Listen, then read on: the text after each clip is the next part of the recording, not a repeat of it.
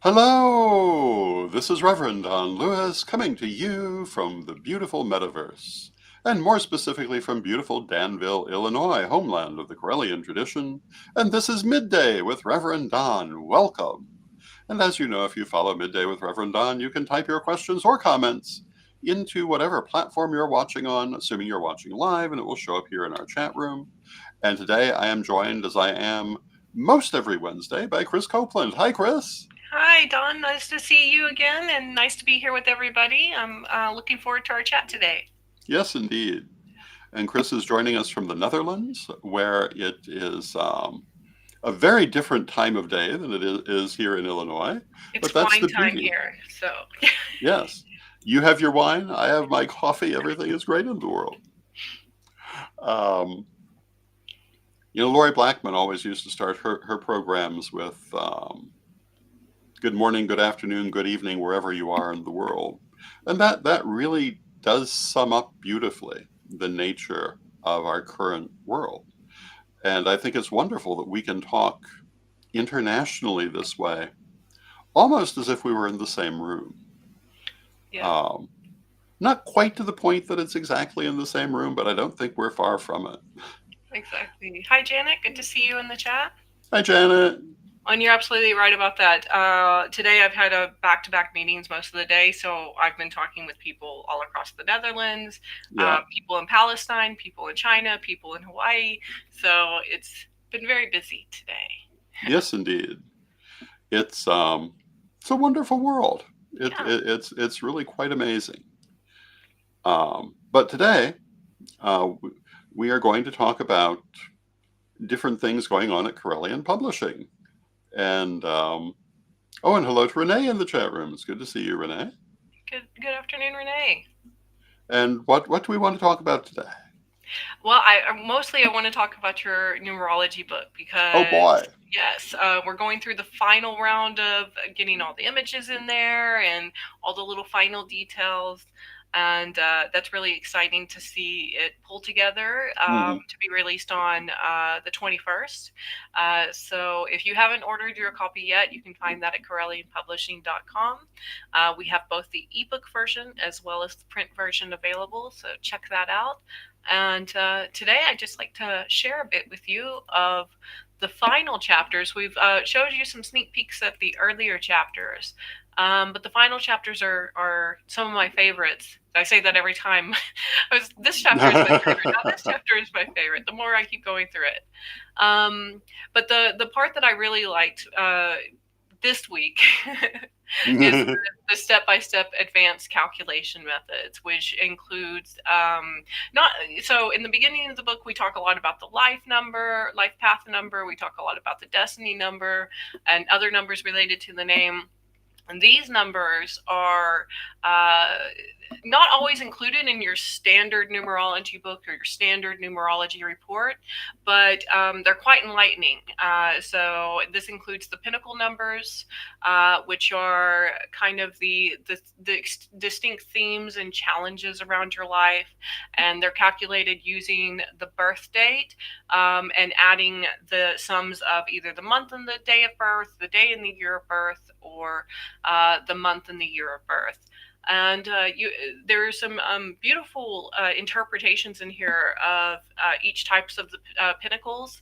In addition, it was great learning how the pinnacle numbers are calculated because it's quite different from the way the standard numbers are calculated. Could you Yeah. tell us a little bit more about pinnacle numbers and how you kind of use them when you're creating a chart? Well, they're just another way of approaching character analysis, and there are so many different things that you can do through numerology. And you've listed a number of them. With the pinnacle numbers, and hello to Janet in the chat room. With the Hi, pinnacle Janet. numbers, they talk more about how you respond to influences, I would say. Whereas the life path number and the others have a lot more to do with the internal things. I would say the pinnacles have more to do with external things. And The thing about numerology that is fascinating is that you can approach it from all these different angles. You can come to it. Um, oh, and hello to Ivy in the chat room who says, "Good Hi, hi. afternoon. My daughter and I have the same birthday." Well, that must have been a wonderful birthday present. All calculations always come out the same, no matter that we are years apart. Always. Well, that is a very interesting karma. Um, and what I would say is, if you happen to buy this book, see if that's true through every part of this, because only a small part of numerology depends on the birth. Much of it has to do with your name, the name that you use, the name that you have legally, um, and aspects of these things. So I would think it would come out very different in those ways. But then again, if you have a special karma, it might still come out the same. I've seen stranger things happen. I think, Yeah. yeah, I've seen that as well, where sometimes numbers align really well together between two different people, and it's cool to see that it's with someone in your family, so it kind of builds that connection with them. We Good want to say afternoon, hello. Mary. Oh, yeah. Hello to Mary, and hello to Fox for a Witch, who says, "Good afternoon. I finally caught this live. Yay. Thank you for joining us." Awesome. Thank you, Foxburg. Good to see you here. We really Uh, do it live most yeah, days. Occasionally we have a best of, but usually we're live and we're right here to talk with you. And I was I've said really before, I really like that part. Yeah, I really enjoy the lives as well, but oftentimes I have to also watch them afterwards since we're in different time zones. So often during the weekends, I'm playing catch up on those. But if you have any comments, Foxfur, please feel free to jump in the chat with those. Love to hear your thoughts on our discussion today. And hello And to Arlene. hello, Good to see you. Arlene.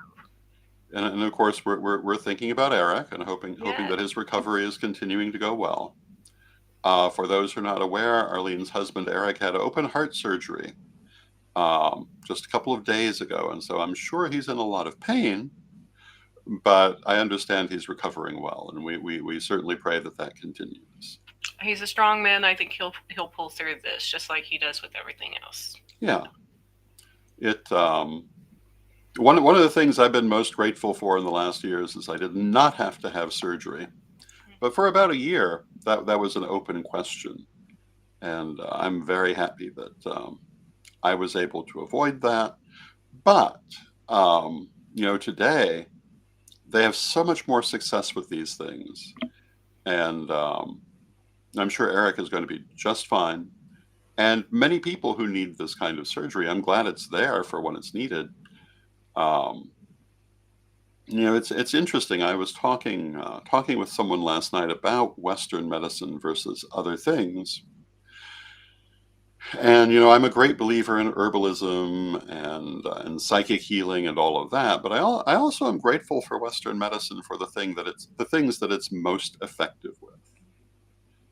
And Arlene says, "Thank you. He is in a lot of pain, but is being transferred outside of the surgical intensive care unit today." So that's good news. Yes, one step further, one step on that road to recovery. I think it's impossible not to have pain after that kind of surgery. So hopefully it's not as bad as it might be, but either way, it will get better. Yes, we'll keep So him. back to numerology.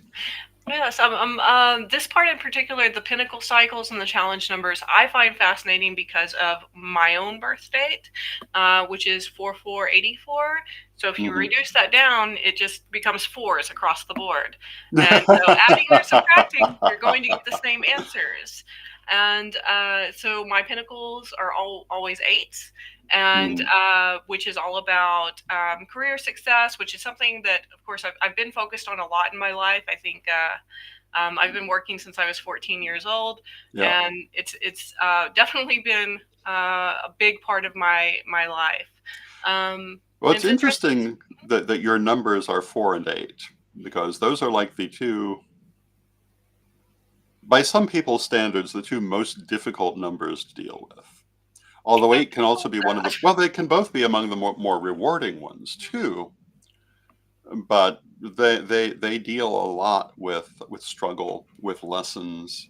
Mhm. 4 is ruled by Saturn, 8 is ruled by Mars, and um, some numerologists take 4 as an unequivocally negative number. I do not.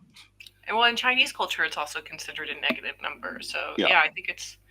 Um, but then I also look at the planet Saturn in astrology in a more positive way than some astrologers do, and I think that those lessons are the very thing that enriches us and moves us forward. So it's not an inherently negative number, but if you fight the lessons, um, the school teacher can be a little rough.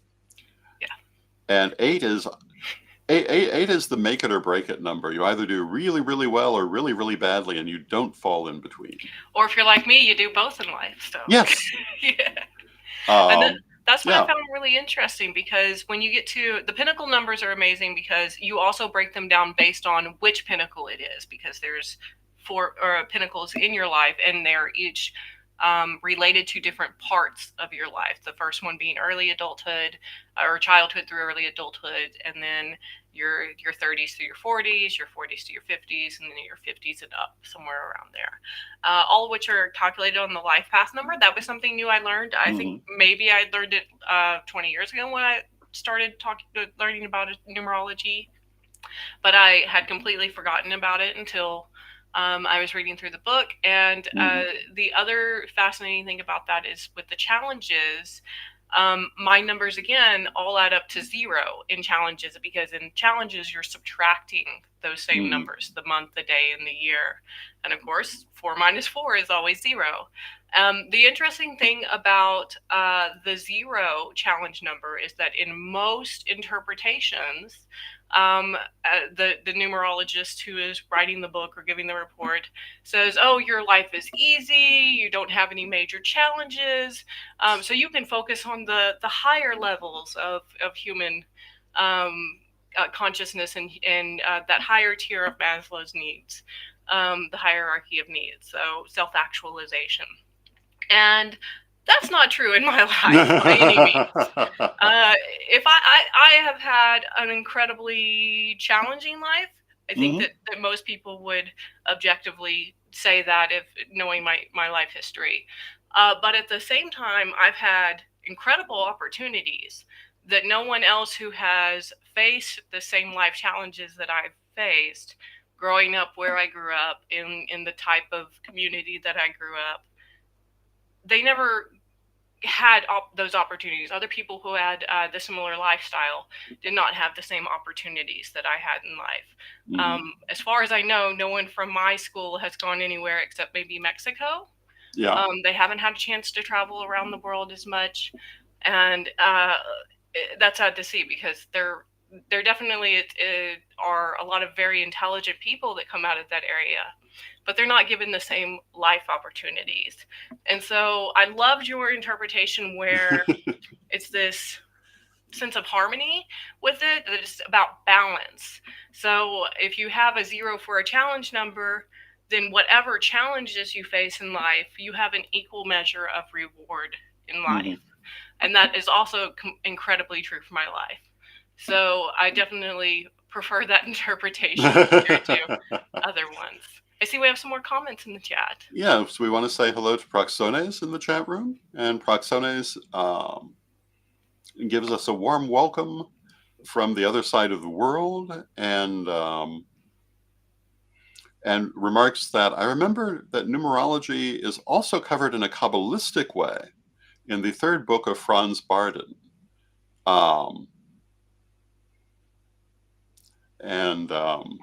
I don't think that comment is completely finished yet, but yeah, we're looking at it in a Pythagorean sort of way. But there's also a completely a very, very ancient Kabbalistic way of looking at it. And we talk, I believe, in some places about different forms of Kabbalism, or different forms of numerology in this book. That there's certainly more than just the ones that we're looking at. And we want to say hello to Steve in the chat room. And Proxones finishes their comment with they remember numerology from the book of Franz Barton, but they look back to those books um, from the point of view of Doctor Strange, saying things completely got way out of hand. And that's so easy with so many of these different metaphysical art forms. They can be so very deep. I had a very interesting experience recently, totally getting off track. I've been following Prince Stash on Instagram, Stash de Rolla, who is a prince living in Italy. And he's been going through his library lately. And he has a very extensive metaphysical library, as well as general historical library. He is the son of the famous artist Balthus, who was prominent in the 20th century. But he recently was showing his book on alchemy, which was one of the first books on alchemy I ever read. And I had no idea this was the same person. And it was fascinating to have that moment of realization. But on the subject of metaphysical disciplines that can get way out of hand, alchemy is right at the top of them. Alchemy Sure with anything, though. Yeah, alchemy can be can be presented in ways that depending on the author can be very misleading about what they're really doing, which was one of the nice things about this book. It was not. It was a good introduction to alchemy, because alchemy is about self-transformation. Now, alchemists did look at the natural world and use that to help them understand spirituality. But it really was first and foremost a spiritual system. And it's extremely prominent in Wiccan thought and practice in ways that most Wiccans have no knowledge of, because they know nothing about alchemy. If you watch the recent double investiture, the entire thing is alchemical, if you know anything about alchemy. Yeah. And my family were big on alchemy. And I was introduced to it at a very, very early age. I love that you actually put that kind of a bit of a warning in the relationship section of this book, that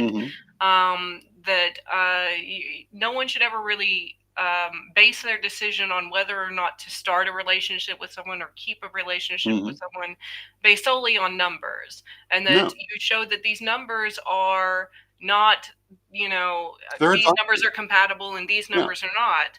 These numbers are going to have some difficulties, and here's the difficulties they might face. So make sure you work through them together. And difficulties are not necessarily, difficulties are not necessarily a reason not to go into a relationship. Sometimes the most difficult relationships are the ones we learn most from and the ones that we have the most happiness in.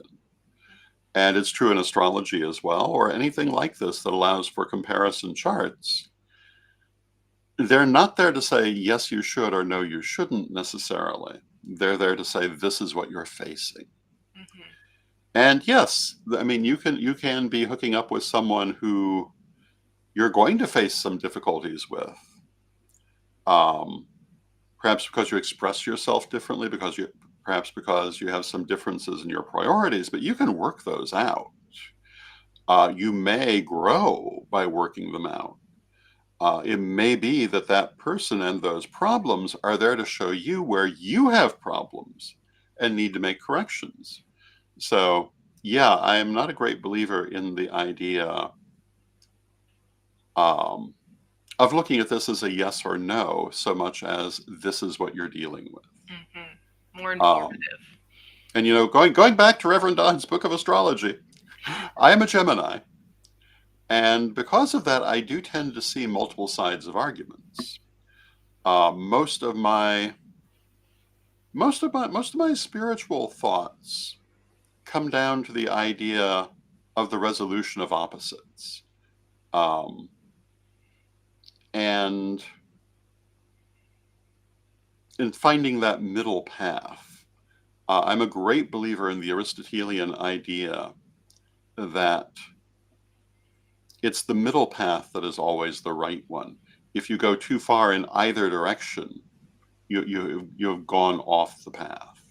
Absolutely. There's no quality, even those that are objectively wonderful, good qualities, of which too much is not bad. Even something like compassion. You might say, how can you have too much compassion? Well, you can have too much compassion when you're enabling someone to destroy themselves. You become a But people pleaser, yeah. yeah, it or when you're so compassionate of their behavior, you're letting them destroy others. Mm. It's and of course it's obvious what happens when you don't have enough. And finding that middle path isn't always easy.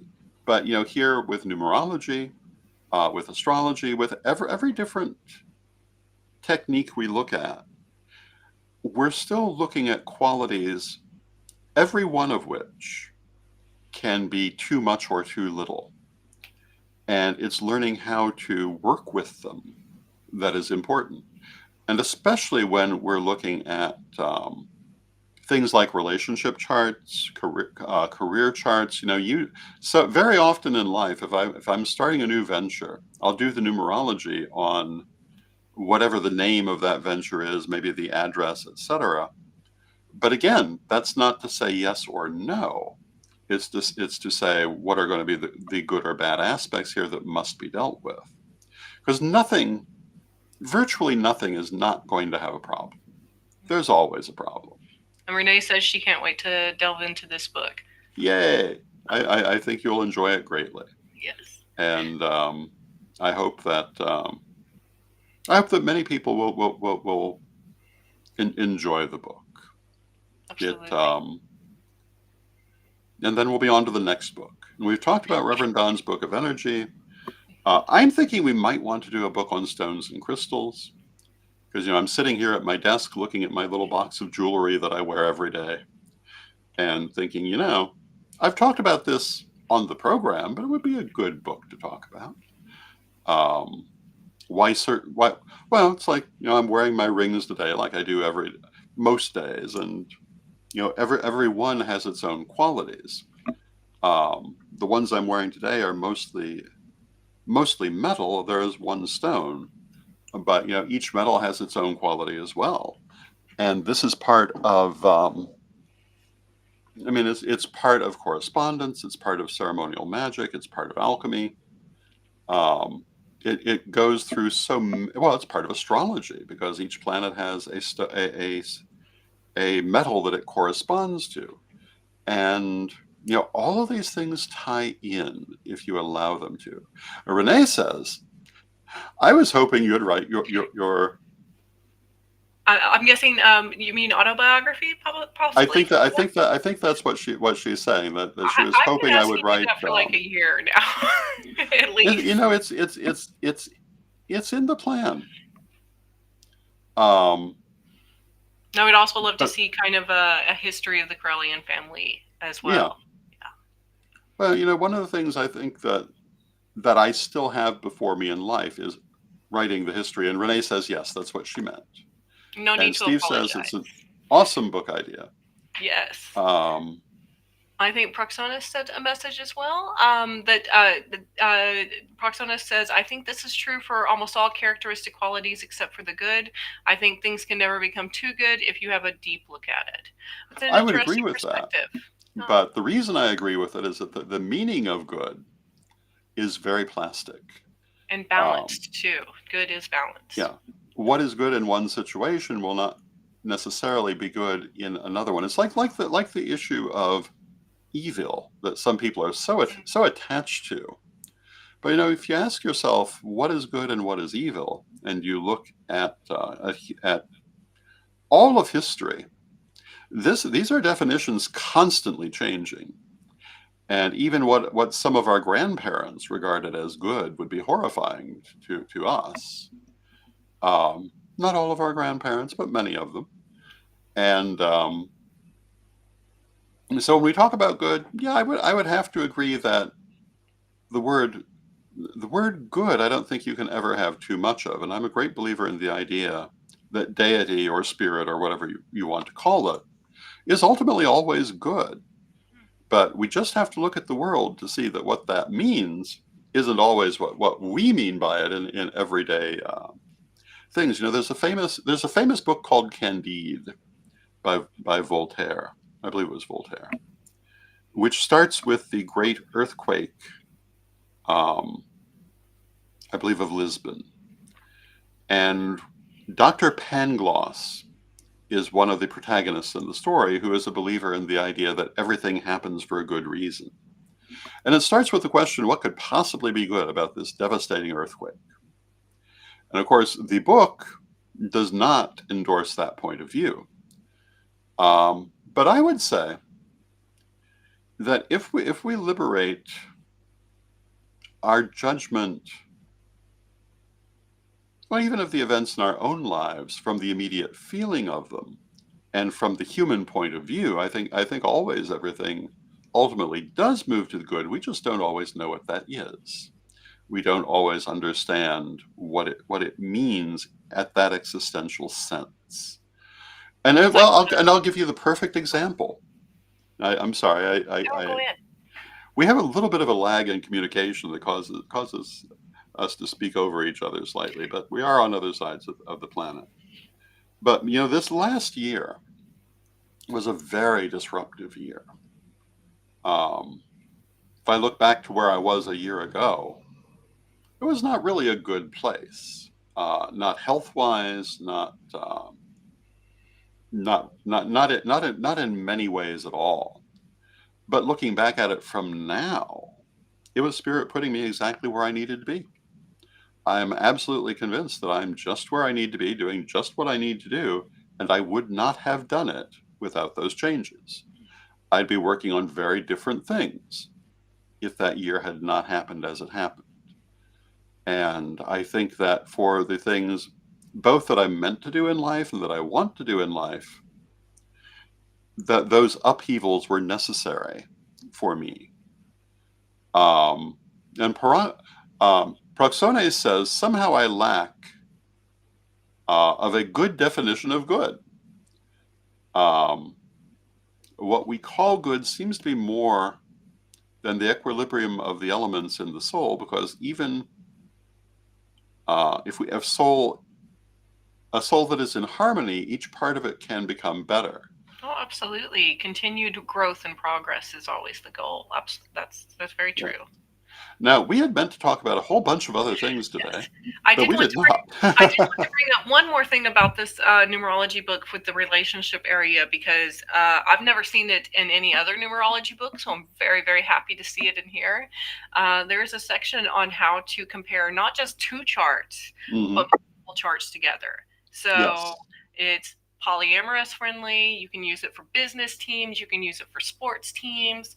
And I love how inclusive it is, that we're not just looking at partnerships, but, webs of relationships. Yes, indeed. And this is important in life because, it's not always just two people who you need to look at. Even romantically. I mean, there has been historically a prejudice to seeing that as a two-person type of thing, but there was never a time historically when that was always the case. In fact, the majority of people in the world still practice some form of polyamory. Yeah. It's more polygamy than polyamory, but hopefully it'll progress. We'll see what the future holds. It's going to be interesting.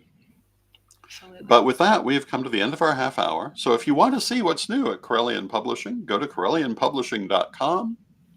We have the pre-order for the Book of Numerology. We have all kinds of other books. Illustration gear is still there. Yep. Coffee cups are still there. Yes. If you would like your own Corellian coffee cup or your own peace campaign coffee cup, those are both there. I believe we're probably going to have more coffee cups in the future, and we're just expanding. yeah, we're going to start making some products with our new logo, also designed by the wonderful Reverend Eric, and beautiful logo. So happy to finally start putting it on cool little things, magnets and things. Yes. And if you have anything that you have written yourself and you are trying to find a home for publishing for it, please consider us. We're always interested in submissions, so you can send that over to corellian.publishing@gmail.com. And the info is also on our website. Yes, indeed. Thank you, everyone, for joining us. It's been wonderful talking with all of you. I'll be back tomorrow, and I will close with our prayer, as we always do.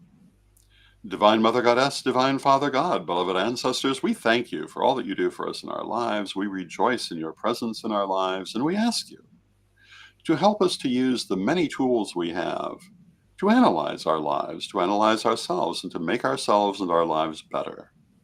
We know that all of this is put at our fingertips for our improvement, for our betterment, for a happier life. Help us to achieve that goal, beloved Mother Goddess, beloved Father God, beloved ancestors. We thank you with great love. And knowing you're always with us, from respect, we thank you for your presence, and may you be blessed now and always. And I thank you for your presence. I thank you, Krys, for your presence. Thank you. And may you be blessed now and always. Blessed be everyone. And also, happy Pride. Yes, happy